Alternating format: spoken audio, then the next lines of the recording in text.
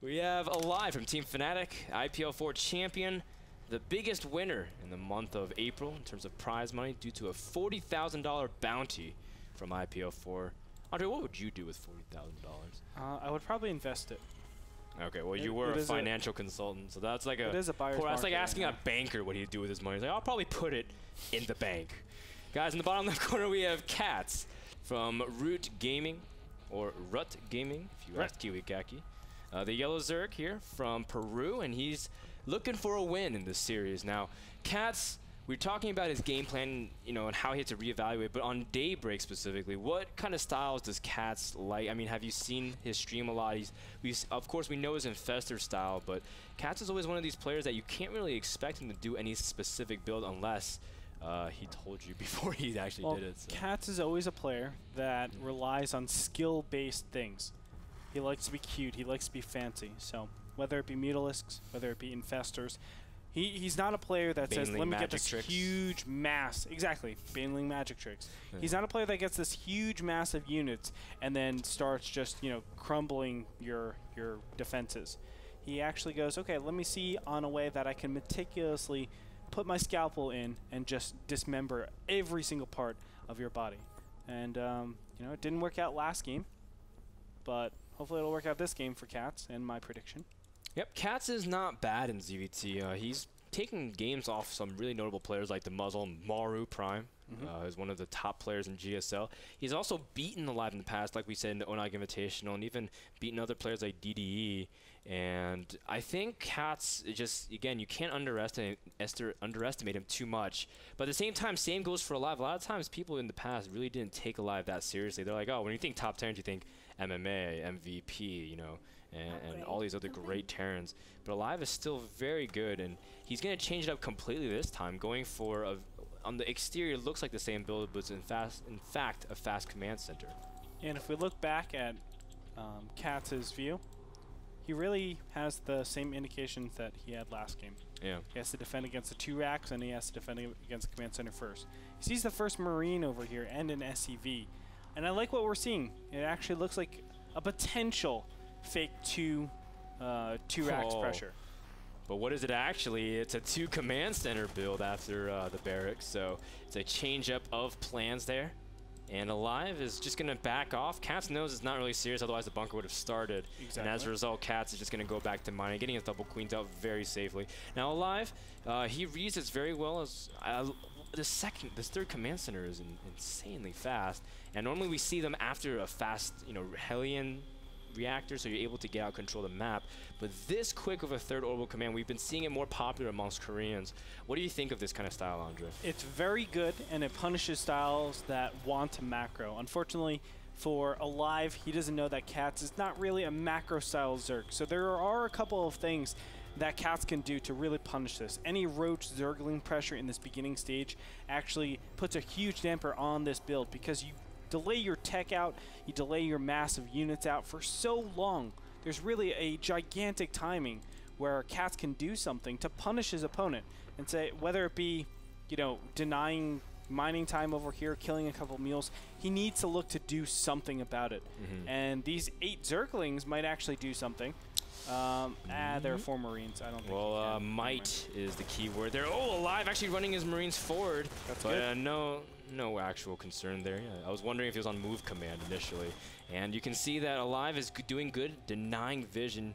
Catz really has nothing other than his Overlord in the top right-hand side, ready to peek in, maybe just catch refinery timing. Nonetheless, we see the reactor Hellions finally coming out here, a very big part of TVZ. Every single Terran does it in the books.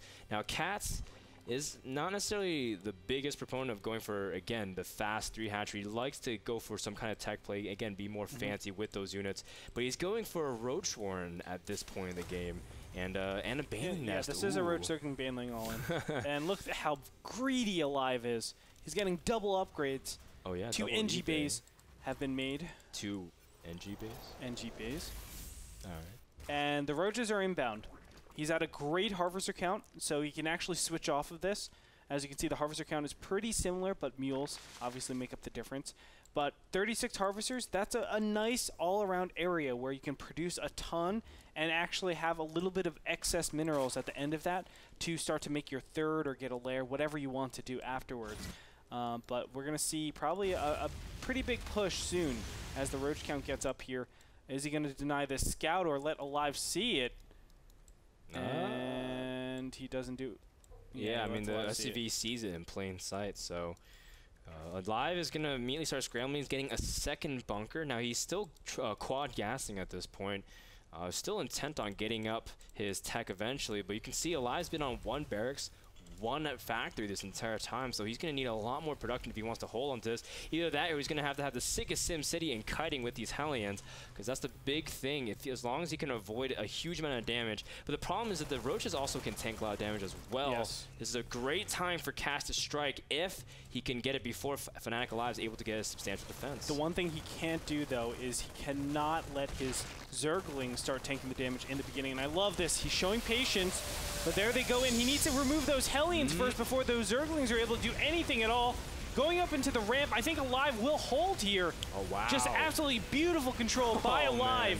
And Catz went way too far in there.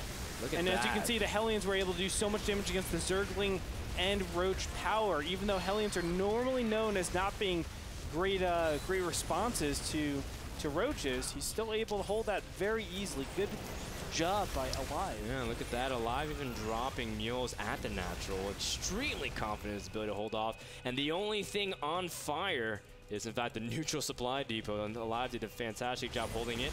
Now, he is moving out with Hellions and seeing more reinforcement Roaches. Catz did not send a wave of drones. In fact, he has another wave of units still traversing the entire map. Where does Catz go from here? He's expanding, like we were saying before. He had the option of expanding, but did he do enough damage? Looks like he's going to go in for another round. I'm going to say no, he didn't. Income tab showing 46 to 41. The Harvesters are actually favoring Terran at this point, even though it says less than that. Mules are 13.5 for 3 orbital command centers, so that does give him more Harvesters.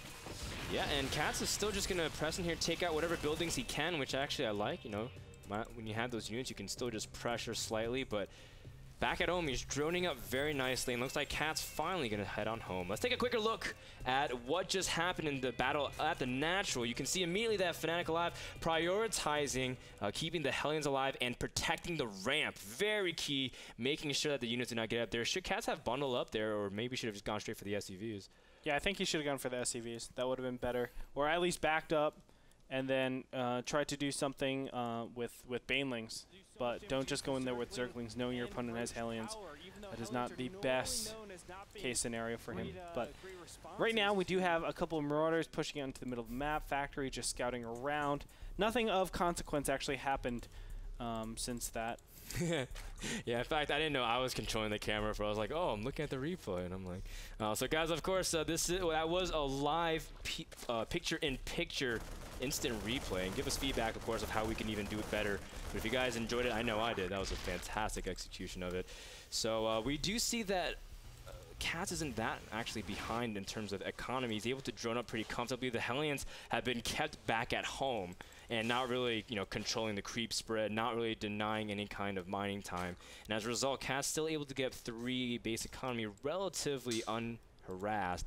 Now, we do see that aLive has transitioned back into a huge amount of bio. Look how many barracks he's got, Andre. Yeah, he's looking to exercise his advantage with his upgrades. 2-2 is just about a third of the way done, whereas we have Catz that is just maybe 60% done with his 1-1.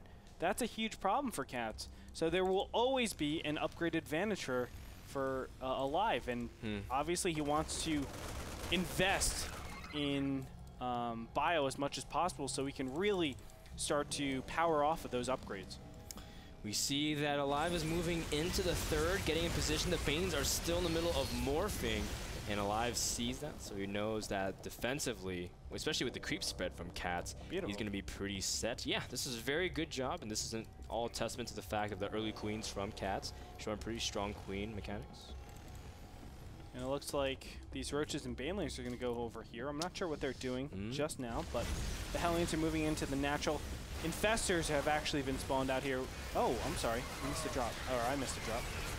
Well, back in the main, we see that the Festers do deal with that. And you can see aLive also pushing into the natural. A lot of drones are clumping up, and the Hellions are softening him up for the execution. Catz really needs to latch onto his Infestors that are spawning, are also dropping upon Newerth. And that is not good news for our Zerg player and Catz going in for another fungal, but these Marauders absolutely chew them up. Back here at the natural, going for another counterattack. Katz's Roach army was completely cleaned up as well. So Catz tried to go for a counterattack option, did not work. And aLive still working on these drones back at the natural. The lair went down. Everything is going terrible for Catz. Yikes. And I don't see a possible way for him to actually come back into this, because another round of Marines and Marauders coming in here with 4 total medevacs. The 4 medevacs will help out so much, especially with the low count of units out. Unit tab shows 1 Infestor, 3 Zerglings. Now 3 Infestors and 3 Zerglings. He has as many Infestors as he does Zerglings. Doesn't help when you're under fire at this. And there it is. GG, well played. GG, well played. And aLive takes game number 2 and the series on Daybreak against Catz, putting him at 3-2 and moving up in the division accordingly. And of course, guys, if you want to catch that series a little bit more in depth and see aLive's ability just to pick apart a Zerg from beginning to end, that was a very well played game by aLive. Do you have any thoughts before we go into the next series and wrap that up? It was very, very well defended. That's all. I mean, I think Catz kind of misplayed that, but it's hard to tell at that position. I think that was probably the best time for him to ever do anything to his opponent, because think he made another orbital command center, 2 engineering bays, 2 upgrades, and then got units. So he has a huge deficit of units. I think just understanding where his opponent is at, maybe sacrificing an Overlord a little bit earlier would have been a better decision, and he could make those great decisions at that time. Decisions.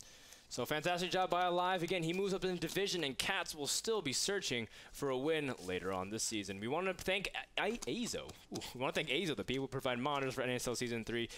Go check him out at azo.com.